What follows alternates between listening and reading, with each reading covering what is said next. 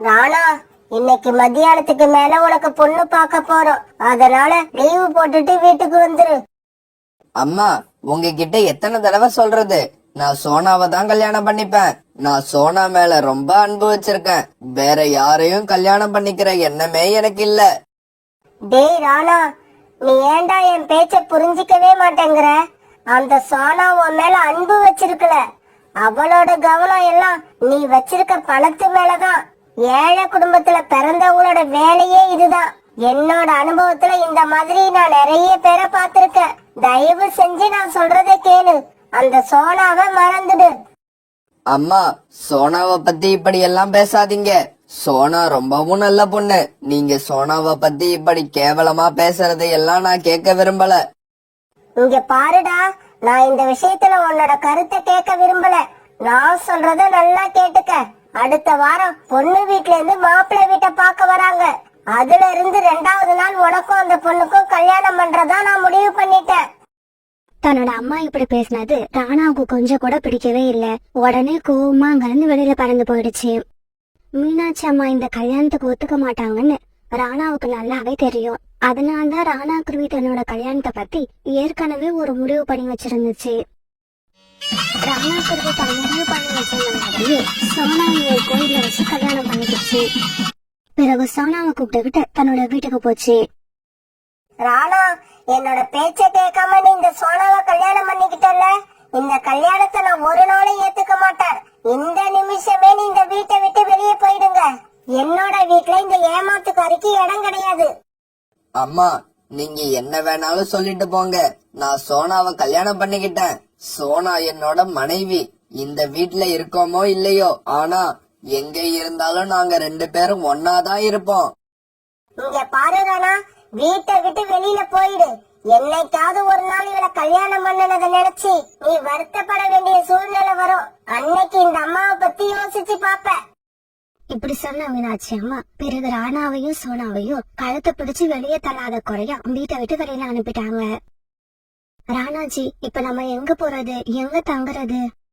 சோனா, எங்க அம்மா இப்படி பண்ணுவாங்கன்னு எனக்கு ஏற்கனவே தெரியும். அதனாலதான் வாடகைக்கு ஒரு வீடு பார்த்து வச்சிருக்கேன். வா, நாம அந்த வீட்டுக்கு போவோம். இப்படி சொன்ன ராணா குருவி பிறகு சோனாவை கூப்பிட்டுக்கிட்டு வாடகை வீட்டுக்கு பறந்து போச்சு. ராணா குருவி பார்த்திருந்த வாடகை வீடு ரொம்பவும் நல்லா இருந்தது. ராணா குருவியும் சோனா குருவியும் பிறகு அந்த வீட்டுல வாழ ஆரம்பிச்சாங்க. இப்படியே சில நாட்கள் நடந்துச்சு. ஒரு நாள் ராணா குருவி வேலை செய்யற ஆபீஸ்ல செய்யாத தப்புக்காக மேனேஜர் ராணா குருவிய கண்டபடி திட்டாரு. இதனால கோபம் வந்த ராணா குருவி மேனேஜரை எதிர்த்து பேசிடுச்சு.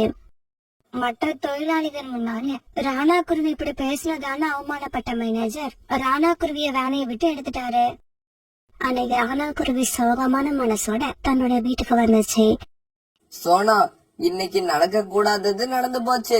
நான் செய்யாத தப்புக்காக என்ன வேலையை விட்டு எடுத்துட்டாங்க. என்னோட மனசு ரொம்பவும் குழப்பமா இருக்கு. என்ன பண்றதுன்னே தெரியல. ராணாஜி, நானே உங்க தைரியத்துலதான் இருக்கேன். இந்த நிலைமையில நீங்களே இப்படி பேசினா நான் என்ன செய்வேன்?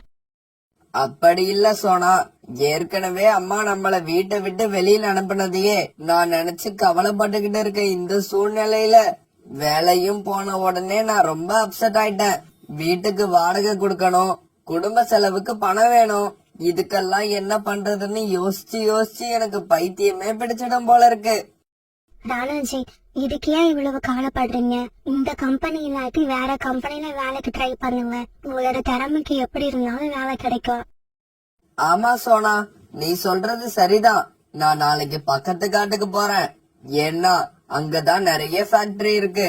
அங்க போனா எனக்கு வேலை கிடைக்குங்கிற நம்பிக்கையும் எனக்கு இருக்கு. இப்ப வாங்கின சம்பளத்தை விட குறைவா கிடைச்சா கூட நான் கவலைப்பட மாட்டேன். குடும்பத்தை பிரச்சனை இல்லாம நடத்துற அளவுக்கு பணம் கிடைச்சாலே போதும். இப்படி பேசிக்கிட்ட ராணா குருவும் சோனா குருவும் பிறகு இரவு உணவை சாப்பிட்டாங்க.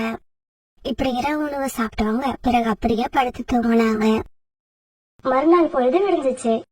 ராணா குருவி காலையிலே கிளம்பி வேலை தேடுறதுக்காக பக்கத்து காடு நோக்கி பறந்து போச்சு. இப்படி வேலை கேட்டு போன ராணா குருவி கேட்ட கேள்வி எல்லாத்துக்கும் சரியான பதில் சொல்லுச்சு.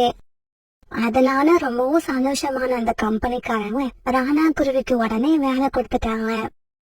ஏற்கனவே வாங்கிட்டு இருந்த சம்பளத்தை விட அதிகமான சம்பளம் கொடுக்கறதா சொன்னாங்க. இதையெல்லாம் கேட்ட ராணா குருவிக்கு ரொம்பவும் சந்தோஷமா இருந்தது. நாம இது வரைக்கும் சோனாவுக்கு பிடிச்சது எதுவுமே வாங்கி கொடுக்கல. அதனால இன்னைக்கு சோனாவுக்கு பிடிச்ச ரசகுல்லாவை கண்டிப்பா வாங்கிக்கிட்டு போகணும். இப்படி நினைச்ச ராணா குருவி நேரா ஸ்வீட் ஸ்டாலுக்கு போச்சு. அங்க போனதும் சோனா குருவிக்காக ரசகுல்லா வாங்கிச்சு. பிறகு அதை எடுத்துக்கிட்டு தன்னோட வீட்டுக்கு சந்தோஷமா பறந்து போச்சு. இப்படி பறந்து போன ராணா குருவியோட மனசு இந்த விஷயத்த சீக்கிரமா போய் சோனா குருவி கிட்ட சொல்லி சோனா குருவிய சந்தோஷப்படுத்தணும்னு நினைச்சுக்கிட்டே இருந்தது. இப்படி ராணா குருவியோட கவனம் வேற பக்கம் போனதால எதிரில இருந்த ஒரு மரத்தோட கிளைய அது கவனிக்கவே இல்ல. வேகமா பறந்து போன ராணா குருவி திடீர்னு இந்த மரக்கிளையில மோதிடுச்சு. பிறகு அப்படியே கீழே வந்துடுச்சு. இப்படி கீழே வந்த ராணா குருவிய அந்த வழியா பறந்து வந்த சில பறவைகள் பார்த்துட்டு பறந்து டாக்டர் ஹாஸ்பிட்டலுக்கு கொண்டு வந்து சேர்த்தாங்க. பிறகு இந்த செய்தியை கேள்விப்பட்ட சோனா குருவியும் ஹாஸ்பிட்டலுக்கு பறந்து வந்துச்சு. டாக்டர், என்னோட கணவர் இப்ப எப்படி இருக்காரு? அவருக்கு என்ன ஆச்சு? இங்க பாரு சோனா, உன்னோட கணவர் ரெக்கையில ஒண்ணு ரொம்பவும் காயம்பட்டு இருக்கு. இப்போதைக்கு மருந்து போட்டு மாத்திரை கொடுத்திருக்க. ஆனா இன்னும் 6 மாசத்துக்குள்ள ராணாவோட ரெக்கையில ஒரு ஆபரேஷன் பண்ணி ஆகணும். 6 மாசத்துக்குள்ள பண்ணலன்னா அதுக்கப்புறம் ராணாவால பறக்கவே முடியாது. அப்புறம் இந்த 6 மாசமும் ராணா ஓய்வா இருக்கணும். எந்த வேலையும் செய்யக்கூடாது. பிறகு சோனா குருவி ராணாவை வீட்டுக்கு அழைச்சிட்டு போச்சு. சோனா, நான் உன்னை கல்யாணம் பண்ணி உன்னோட சந்தோஷத்தையே அழிச்சிட்டேன். இப்படி எல்லாம் நடக்கும்னு தெரிஞ்சிருந்தா நான் உன்னை கல்யாணம் பண்ணிருக்கவே மாட்டேன். ராணாஜி, அப்படியெல்லாம் பேசாதீங்க. எல்லாத்துக்கும் நான் தான் காரணம். நீங்க என்ன கல்யாணம் பண்ணதுதான் தப்பு. நீங்க உங்க அம்மா சொன்ன பொண்ணையே கல்யாணம் பண்ணியிருந்தா உங்க வாழ்க்கை சந்தோஷமா இருந்திருக்கும். சோனா, இன்னும் ஒரு தடவை இப்படி எல்லாம் பேசாத. நடந்ததுக்கெல்லாம் நான் தான் முழு காரணம். நான் செஞ்சதுதான் தப்பு. இவங்க 2 பேரும் இப்படி பேசிக்கிட்டு இருக்கப்ப பக்கத்து வீட்டுல இருந்து கோரிக்காவை இவங்கள பாக்குறதுக்காக அங்க வந்தது. இப்படி வந்த கோரிக்காவும் இவங்க 2 பேரும் அழுதுகிட்டு இருக்கத பாத்துட்டு அதிர்ச்சி ஆயிடுச்சு. ஆமா, என்ன இது 2 பேரும் இப்படி அழுதுகிட்டு உட்கார்ந்துருக்கீங்க? கல்யாணம் பண்ணி இன்னும் 6 மாசம் கூட ஆகல, அதுக்குள்ள உங்களுக்கு என்னாச்சு? கோரிக்காவை இப்படி கேட்டதும் சோனா குருவி நடந்தது எல்லாத்தையும் அழுதுகிட்டே சொல்லுச்சு. கோரி அக்கா, எங்களுக்கு மட்டும் ஏன்னா இப்படி நடக்குதுன்னு தெரியல. வாழ்க்கையோட சந்தோஷத்தை மட்டுமே பாத்துக்கிட்டு இருந்த என்னோட கணவர் என்ன கல்யாணம் பண்ணதால இப்ப கஷ்டத்தை அனுபவிக்கிறாரு. சோனா, இப்படி பேசுறதெல்லாம் சுத்த பைத்தியக்காரத்தனம். யாரும் எதுக்கும் காரணம் கிடையாது. அப்புறம் இன்னொரு விஷயம் தெரியுமா? கஷ்டம் வந்ததுக்கு அப்புறம் அதுல இருந்து வெளியில வர்றதுக்கு என்ன வழின்னு யோசிக்காம இப்படி அழுது புலம்பிக்கிட்டு இருந்தா கடைசி வரைக்கும் கஷ்டத்தை விட்டு உங்களால வெளியில வரவே முடியாது. கோரி, இப்ப எங்களை என்னதான் பண்ண சொல்ற? என்னால இன்னும் 6 மாசத்துக்கு எந்த வேலையும் பார்க்க முடியாது. சோனாவுக்கும் எந்த வேலையும் தெரியாது. குடும்பத்தை நடத்துறதுக்கு இப்படி நாங்க திணறிக்கிட்டு இருக்கிறப்ப 6 மாசத்துக்குள்ள எனக்கு ஆபரேஷன் பண்ணி ஆகணும். இதுக்கெல்லாம் நாங்க பணத்துக்கு எங்க போறது? இங்க பாரு ராணா, சோனாவுக்கு எந்த வேலையும் தெரியாதுன்னு நீ சொல்றத என்னால ஒத்துக்க முடியாது. சோனா, உங்களை நான் முதல்ல பார்க்க வந்தப்ப நீ எனக்கு வெஜிடபிள் சூப் வச்சு கொடுத்த ஞாபகம் இருக்கா? அந்த சூப்போட டேஸ்ட் ரொம்பவும் நல்லா இருந்தது. நீ வேற ஒன்னும் செய்ய வேண்டாம்.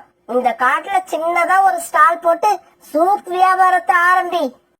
கோரி அக்கா, கடை போடுறத பத்தி எனக்கு ஒன்னும் பிரச்சனை இல்ல. ஆனா வியாபாரம் நல்லா நடக்குமா? நடக்குமா நடக்காதான்னு கடைய ஆரம்பிச்சதுக்கு அப்புறம் தான் தெரியும். நீ நாளைக்கு கடைய ஆரம்பிக்க முயற்சி செய்யறதுல தப்பே இல்ல. முயற்சி செய்யாம வீட்டுக்குள்ளேயே உட்கார்ந்து புலம்பிக்கிட்டு இருக்கிறது தான் பெரிய தப்பு. இப்படி சொன்ன கோரிக்காவோ பிறகு தன்னுடைய வீட்டுக்கு பறந்து போயிடுச்சு. கோரிக்காவ வீட்டை விட்டு போன பிறகு ராணா குருவி சோனா குருவி 2 பேருமே ரொம்ப யோசனையில உட்கார்ந்து இருந்தாங்க. சோனா, என்ன யோசனையில இருக்க? ஒண்ணும் இல்ல ராணாஜி, கோரி அக்கா சொன்ன மாதிரி இப்ப நம்ம சூப் கடை வைக்கலனா கூட குறைச்சலா 500 ரூபாய் பணம் தேவைப்படுது. அதுக்குதான் என்ன பண்றதுன்னு யோசிச்சுக்கிட்டு இருக்க. சோனா, உன் மேல இந்த அளவுக்கு அக்கறையா? கோரி அக்காவை தவிர வேற யாரும் இருக்க மாட்டாங்க. நீ அவங்க கிட்டயே போய் பணம் கேளு, கண்டிப்பா கொடுப்பாங்க. பிறகு சோனா குருவி கோரி வீட்டுக்கு பறந்து போச்சு. வா சோனா, வா வா, நானே வேலையெல்லாம் முடிச்சிட்டு உங்க வீட்டுக்கு வரலாம்னு தான் இருந்தேன். ஏன்னா சூப்பு கடை வைங்கன்னு சொல்லிட்டு வந்துட்டேன். ஆனா அதுக்கு தேவையான பணம் உங்ககிட்ட இருக்கா இல்லையான்னு எனக்கு தெரியாது. சரி சரி, இப்ப சொல்லு, உனக்கு எவ்வளவு பணம் வேணும்? 500 ரூபாய் போதுமா இல்ல 1000 ரூபாய் வேணுமா? கோரிக்காவை இப்படி கேட்டதும் சோனா குருவியோட கண்ணுல இருந்து ஆனந்த கரையில் வந்தது. கோரி அக்கா, நீங்க செய்யற உதவிய நாங்க உயிர் போற வரைக்கும் மறக்க மாட்டோம். இங்க பாரு சோனா, இந்த வார்த்தையை நீ இப்ப சொல்லக்கூடாது. சூப்பு கடை வச்சு சக்சஸ் பண்ணிட்டு அப்புறமா சொல்லணும். இப்படி சொன்ன கோரிக்காகும் பிறகு சோனா கிட்ட 1000 ரூபாய் பணத்தை கொடுத்தது. பிறகு மறுநாளை சோனா குருவி அந்த காட்டுல சின்னதா ஒரு சூப் கடை ஆரம்பிச்சிச்சு. ஆரம்பத்துல 2-3 நாள் வியாபாரம் கொஞ்சம் சுமாரா இருந்தாலும் நாட்கள் போக போக சோனா குருவியோட கடையில வியாபாரம் சூடு பிடிக்க ஆரம்பிச்சிருச்சு. ராக்கி, நீ எங்க இப்படி? நேத்து கூட நான் உன்னை இதே நேரத்துல இங்க பார்த்தேன். கொஞ்ச நாளைக்கு முன்னாடி இந்த கடையில வந்து சூப் குடிச்சேன். ரொம்பவும் டேஸ்டா இருந்தது. அன்னையில இருந்து வேலைய விட்டு வீட்டுக்கு போறதுக்கு முன்னாடி இங்க வந்து சூப் குடிக்காம போறதே இல்ல. ராக்கி, நானும் அதே மாதிரிதான். ஆனா நான் மட்டும் குடிச்சிட்டு போகிறது இல்ல. வீட்டுக்கு போறப்ப என்னோட மனைவி ராணிக்கு ஒரு சூப் பார்சல் கட்டி எடுத்துக்கிட்டு போகணும். இல்லன்னா அவ என்ன வீட்டுக்குள்ளேயே விட மாட்டா. ராணா குருவியோட கடையில சூப் ரொம்பவும் டேஸ்டா இருந்ததால தூரத்துல இருந்து எல்லாம் பறவைகள் தேடி வந்து சாப்பிட ஆரம்பிச்சாங்க. இதனால சோனா குருவி வீட்லயும் நிறைய பணம் சேர ஆரம்பிச்சது. பிறகு இவங்க இப்படி சேர்த்து வச்ச பணத்துல சீக்கிரமாவே ராணா குருவியோட ரக்கையில ஆபரேஷனும் பண்ணி முடிச்சிட்டாங்க. இப்ப இந்த குருவிகளோட வாழ்க்கையில எந்த பக்கம் திரும்பி பார்த்தாலும் சந்தோஷம் மட்டுமே தெரிஞ்சது. இந்த நிலைமையில ஒரு நாள் கோரிக்காவா அவங்க வீட்டுக்கு வந்துச்சு. கோரி அக்கா, எங்களுக்கு நீங்க செஞ்ச உதவிக்கு ரொம்ப ரொம்ப நன்றி. நீங்க மட்டும் சரியான சமயத்துல வந்து எங்களுக்கு யோசனை சொல்லணும்னா எங்களுக்கு வந்த கஷ்டத்தை நாங்க இவ்வளவு ஈஸியா ஜெயிச்சிருக்கவே முடியாது. சோனா, நான் சொன்னது உங்களுக்கு மட்டும் இல்ல, இந்த கதையை பாத்துக்கிட்டு இருக்க எல்லாருக்கும் தான் சொல்றேன். கஷ்டம் வர்றப்ப கண்ணை மூடிக்கிட்டு புலம்ப ஆரம்பிக்காதீங்க. அந்த கஷ்டம் உங்களை விட்டு போகவே போகாது. அதை ஜெயிக்கிறதுக்கு என்ன வழின்னு யோசிக்க ஆரம்பிங்க. அப்படி செஞ்சீங்கன்னா இந்த சோனா குருவியோட வாழ்க்கை மாதிரி உங்களோட வாழ்க்கையும் சந்தோஷமா இருக்கும். ஒரு வயதான பறவை ரொம்பவும் தூரத்துல இருந்து பறந்து வந்துகிட்டு இருந்தது. அந்த பறவை ரொம்ப தூரம் பறந்து வந்ததால அது ரொம்ப களைச்சு போயிருந்தது. அது கொண்டு வந்திருந்த சின்ன மூட்டைய கூட அதால தூக்கிக்கிட்டு பறக்க முடியாத நிலைமை வந்துருச்சு. அதனால அந்த வயதான பறவை ஒரு மரக்கிளையில உட்கார்ந்திருந்த காண்டுக்காகத்தை பார்த்துட்டு அதுகிட்ட போச்சு. தம்பி, நான் ரொம்ப தூரத்துல இருந்து பறந்து வரேன். என்னோட வீடு சுந்தரவன காட்டுல இருக்கு. இதுக்கப்புறம் நான் ரொம்ப தூரம் பறந்து என்னோட காட்டுக்கு போயாகணும். அப்படியா பாட்டி? ரொம்ப சந்தோஷம். இப்ப என்ன எதுக்காக பார்க்க வந்திருக்கீங்கன்னு நான் தெரிஞ்சுக்கலாமா? இங்க பாருப்பா, நான் ரொம்ப களைச்சு போயிருக்கேன். என்னால இந்த மூட்டைய தூக்கிக்கிட்டு சுந்தரவன காடு வரைக்கும் பறக்க முடியாது. அதனால இந்த மூட்டைய தூக்கிக்கிட்டு என்னோட வீடு வரைக்கும் உன்னால கொஞ்சம் வர முடியுமா? பாட்டி, இந்த மூட்டையை தூக்கிக்கிட்டு உங்களால பறக்க முடியல, அவ்வளவுதானே? இதுதானே உங்க பிரச்சனை? ஆமாம் தம்பி. கவலையை விடுங்க. இந்த மூட்டையை என்கிட்ட கொடுத்துட்டு நீங்க மட்டும் உங்க காட்டுக்கு பறந்து போங்க. உங்க ஞாபகமா இந்த மூட்டைய நானே வச்சுக்கிறேன். தம்பி, என்னப்பா இப்படி பேசுற? வேற எப்படி பேசுவாங்க? நான் என்ன உங்க வீட்டு வேலைக்காரனா? இந்த மூட்டையை தூக்கிக்கிட்டு வீடு வரைக்கும் வான்னு சொல்றீங்க? அதுக்கெல்லாம் வேற ஆளை பாருங்க. சீக்கிரமா இந்த இடத்த விட்டு கிளம்புங்க. உங்களை பார்க்க எனக்கு கோபமா வருது. காலுக்காக இப்படி கோபமா சொன்னதும் பிறகு அந்த வயதான பறவை அங்கிருந்து பறந்து போச்சு. இப்படி போன அந்த பறவை ஒரு மரக்கரையில உட்கார்ந்து ரீட்டா கிளிய பார்த்துட்டு அங்க போச்சு. கிளி, என்னோட வீடு சுந்தரவன காட்டுல இருக்கு. என்னால இந்த மூட்டைய தூக்கிக்கிட்டு அவ்வளவு தூரம் போக முடியல. உன்னால இந்த மூட்டைய தூக்கிக்கிட்டு என் வீடு வரைக்கும் வர முடியுமா? இங்க பாருங்க, என் பையன் படிக்கிற ஸ்கூல்ல இன்னைக்கு பேரண்ட்ஸ் மீட்டிங் இருக்கு. அதுக்கு தான் நான் கிளம்பி வந்து உட்கார்ந்துருக்கேன். என்னால இப்ப எங்கேயும் வர முடியாது. உடனே எதுவும் பேசாம அந்த வயதான பறவை தன்னோட மூட்டையை தூக்கிட்டு அங்கிருந்து பறந்து போயிடுச்சு. இந்த சமயத்துல சோனா குருவி தன்னுடைய வீட்டு வாசல்ல உட்கார்ந்து இருந்தது. சோனாவை பார்த்த அந்த வயதான பறவை உடனே அங்க போச்சு. மகளே, நீ ஏதாவது வேலையா இருக்கியா? அம்மா, நான் எப்பவுமே சும்மா இருக்க மாட்டேன். ஏதாவது வேலை செஞ்சுக்கிட்டு தான் இருப்பேன். அது போகட்டும், நீங்க யாரு? எதுக்காக இங்க வந்திருக்கீங்க?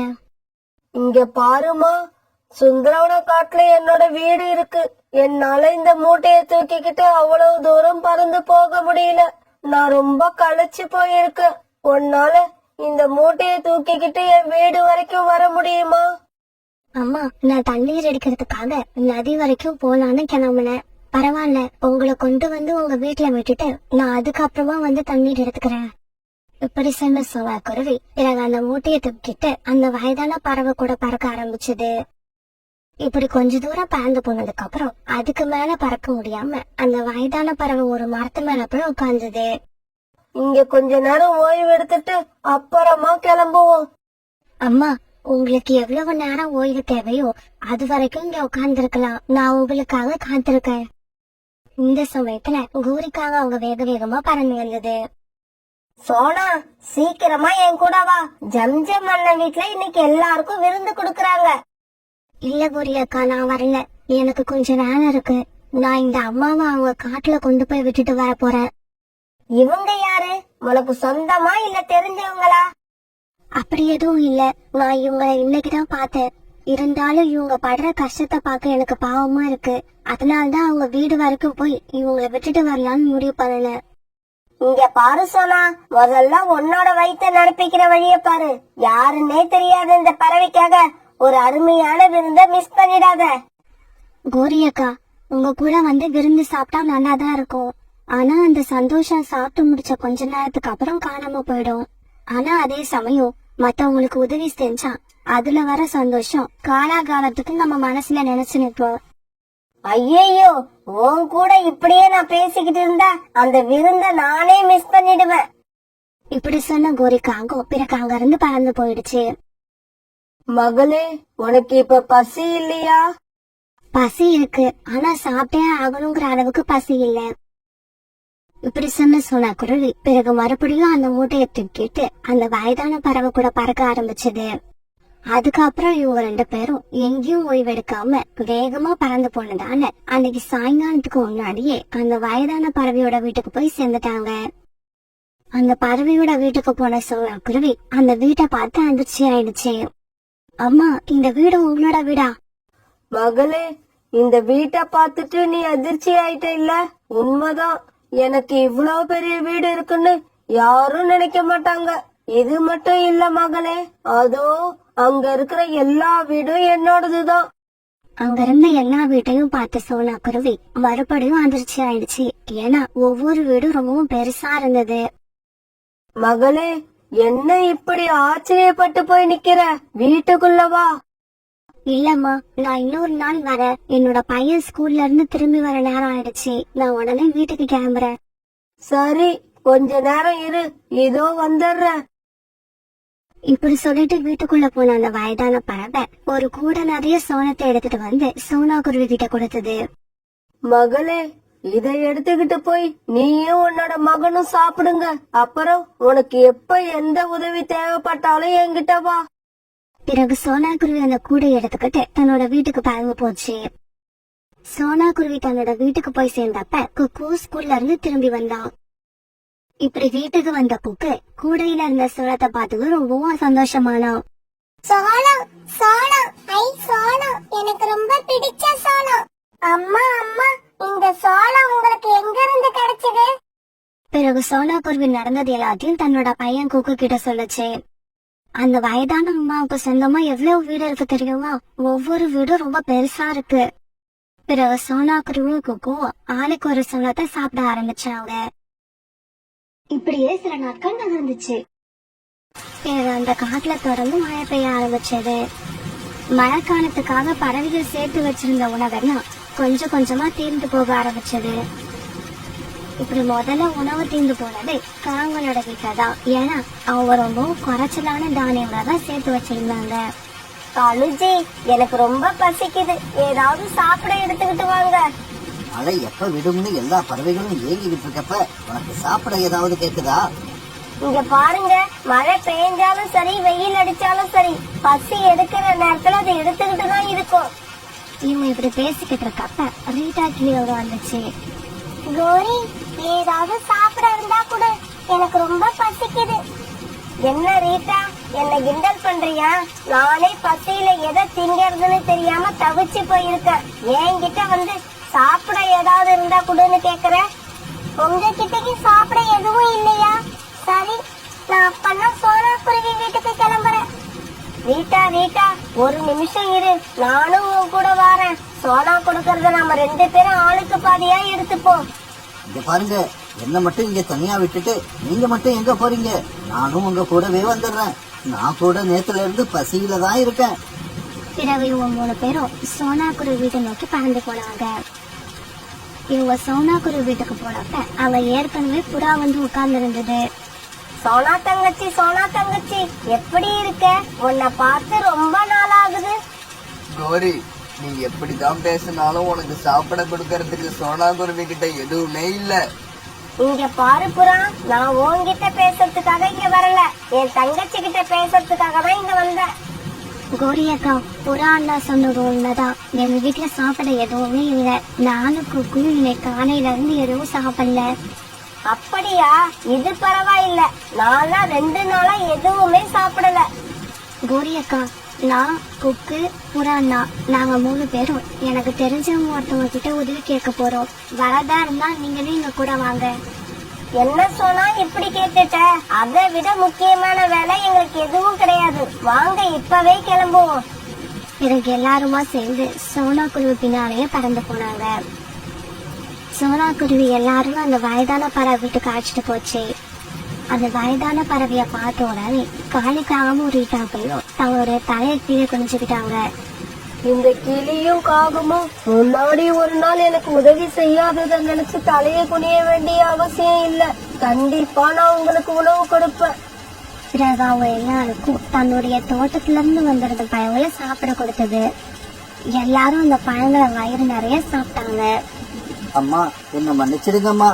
இதுக்கப்புறம் என்கிட்ட யார் வந்து உதவின்னு கேட்டாலும் நான் கண்டிப்பா செய்வேன். ஏன்னா அவங்களோட உதவி என்னைக்காவது நமக்கும் தேவைப்படலாம். அம்மா, எங்க எல்லாருக்கும் முகம் சுளைக்காம உதவி செஞ்சவங்களுக்கு ரொம்ப நன்றி. நாங்க கிளம்புறோம்.